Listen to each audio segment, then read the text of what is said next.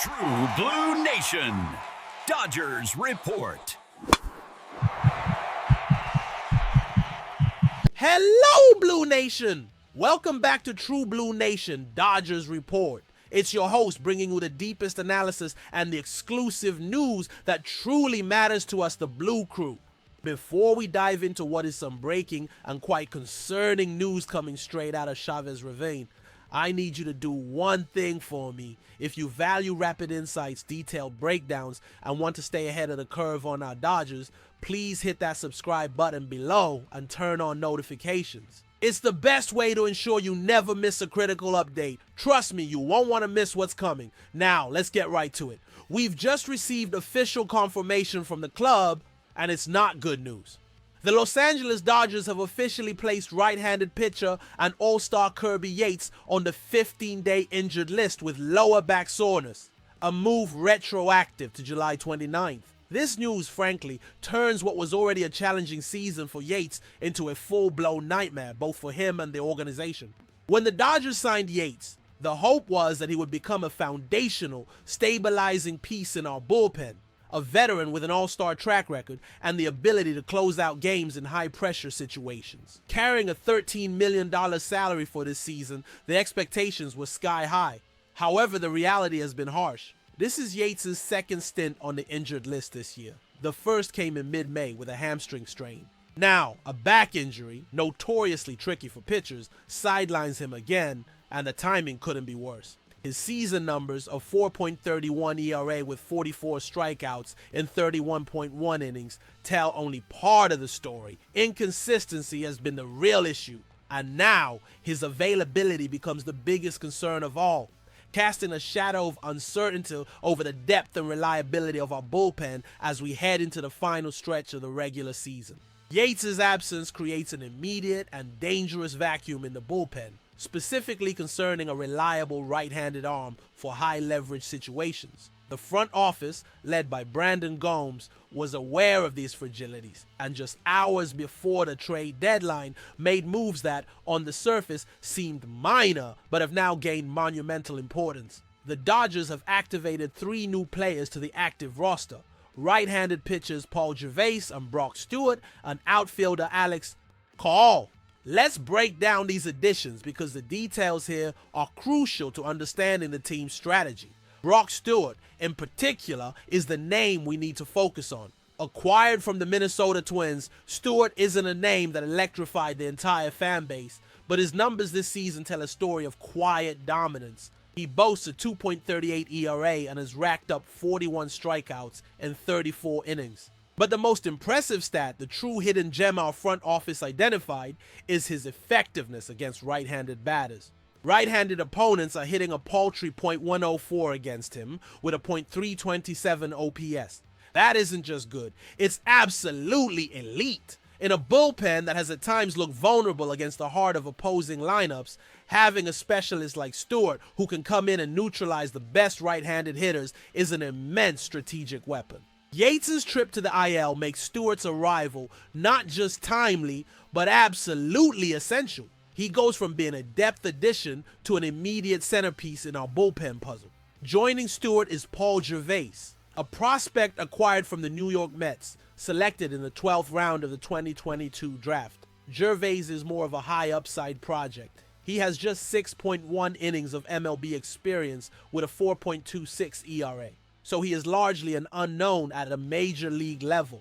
However, his performance in AAA this year is what caught the front office's eye. In 28 appearances, he posted a 3.12 ERA and most notably 63 strikeouts in just 40.1 innings. That strikeout rate is elite and signals the kind of electric stuff that can translate to MLB success, especially in a one-inning relief role.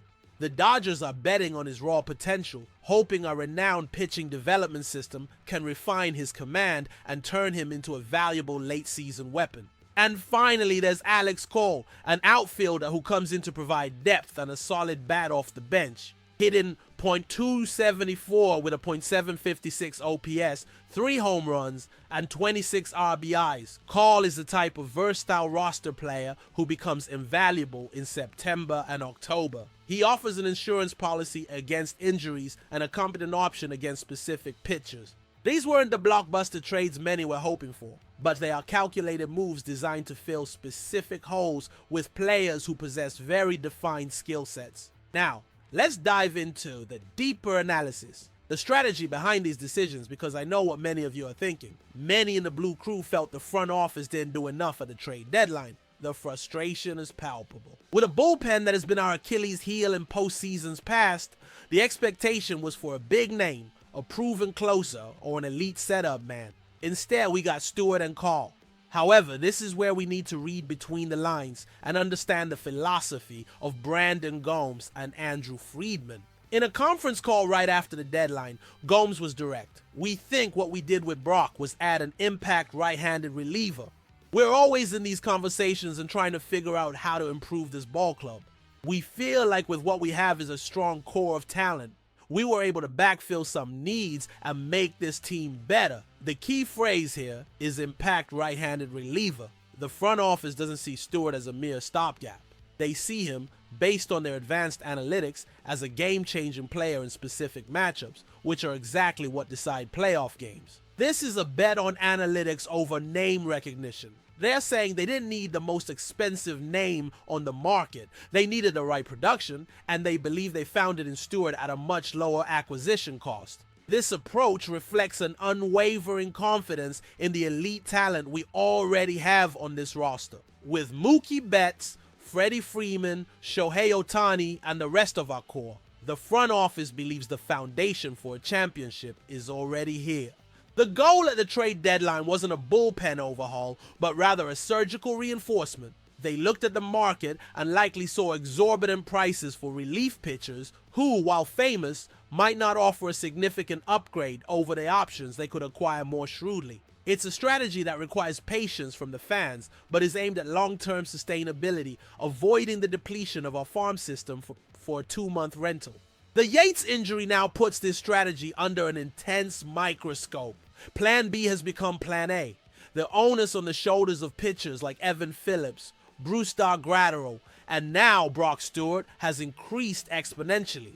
The question that will define our season is no longer whether the front office should have done more, but whether the bet they made on players like Stewart will pay off. The team's internal confidence is high, but that confidence will be tested under the bright lights of October. The success or failure of our bullpen, and perhaps our season, may very well hinge on the ability of a resurrected arm and a high potential prospect to deliver under the most intense pressure. To sum it up, the loss of Kirby Yates to a back injury is a significant and worrying blow, period. He was a piece that, despite his struggles, represented a hope for veteran stability. His absence forces the team's hand and places immense pressure on the recent acquisitions, transforming Brock Stewart from an interesting addition into a potentially pivotal figure for our title aspirations. The front office's strategy of making targeted improvements instead of a blockbuster acquisition is now front and center. Now I turn it over to you, the Blue Crew. I want to hear from you directly in the comments. What is your assessment of these moves? Do you believe the front office's gamble on Stewart and the potential of Gervais is enough to fortify our bullpen for a World Series run? Or do you feel this is another season where the lack of an aggressive move for an elite bullpen arm could be our undoing? Leave your opinions, your analysis. Let's debate it. And finally, for more exclusive insights like this, rapid updates, and the in-depth analysis you won't find anywhere else, make sure you are subscribed to True Blue Nation, Dodgers Report. Hit that subscribe button and turn on your notifications. You won't want to miss a thing. Stay tuned.